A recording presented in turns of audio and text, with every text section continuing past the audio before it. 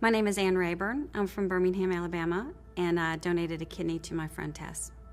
I had what is called polycystic kidney disease, and doesn't always mean a transplant, but ultimately I knew eventually we would probably need a transplant. Both my husband and my son were not eligible donors for me, so I did not ask anybody else. My mother was on dialysis for 12 years, and my sister for 4 before she got her kidney.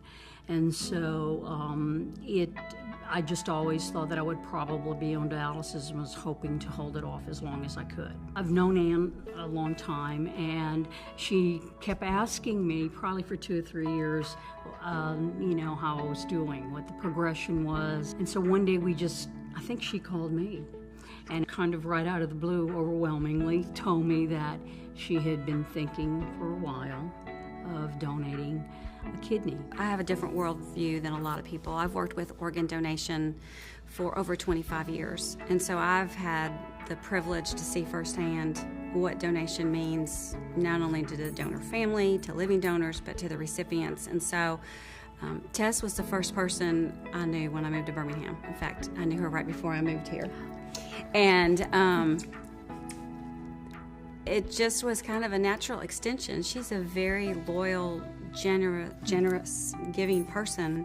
It's always in the back of my mind that this might be something that she would need, and I'm glad dialysis exists for people who need that, but if I could keep her from doing that, it was like, why wouldn't I do that? I know you think it was easy for you, but for some people, it wouldn't have been, and so I just appreciate all that. Plus, she's an Alabama fan. I am. And Tess is not. Tess is an LSU fan. And she actually said Roll Tide as they were taking me out. So that made it all worthwhile that she said Roll Tide. I had to throw that in there.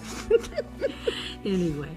My care was great. And I'm a tough audience. I'm a nurse. I've worked in ICUs. But I was treated with a lot of respect and compassion. And while I know nurses and physicians, they're there to help and take care of people, but you can do that in an efficient way, but you can do it efficient and compassionately at the same time. I've been on campus for about 20 years, and it makes me proud to say I'm a member of the UAB team. I was fortunate. I mean, it's made a difference in my life, obviously, to be at a medical center that has the state-of-the-art care. And I know how fortunate I was for that reason. As far as somebody who's done it, I have no regrets.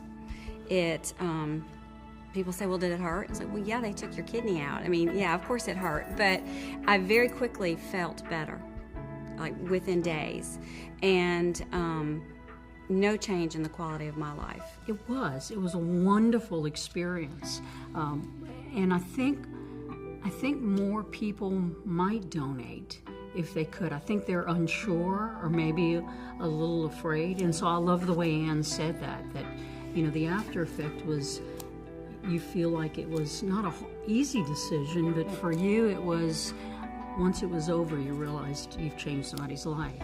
I wouldn't want to make sounding like being a living donor means you have to be some extraordinary person. There are lots of people like me, just ordinary people that are raising their families and working, that they could take 4 weeks out of their lives and donate a kidney and never look back. One of the great things that UAB has done is made it easier for their employees to be living donors, whether it be a kidney or bone marrow, to not have to use your personal sick and vacation time.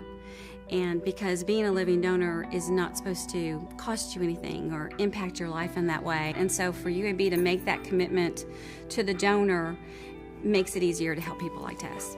I'm glad it all worked. I really am. I really am. I know. I think it's a hope of being there and maybe seeing a grandchild, maybe being with my husband a lot longer. It's hope.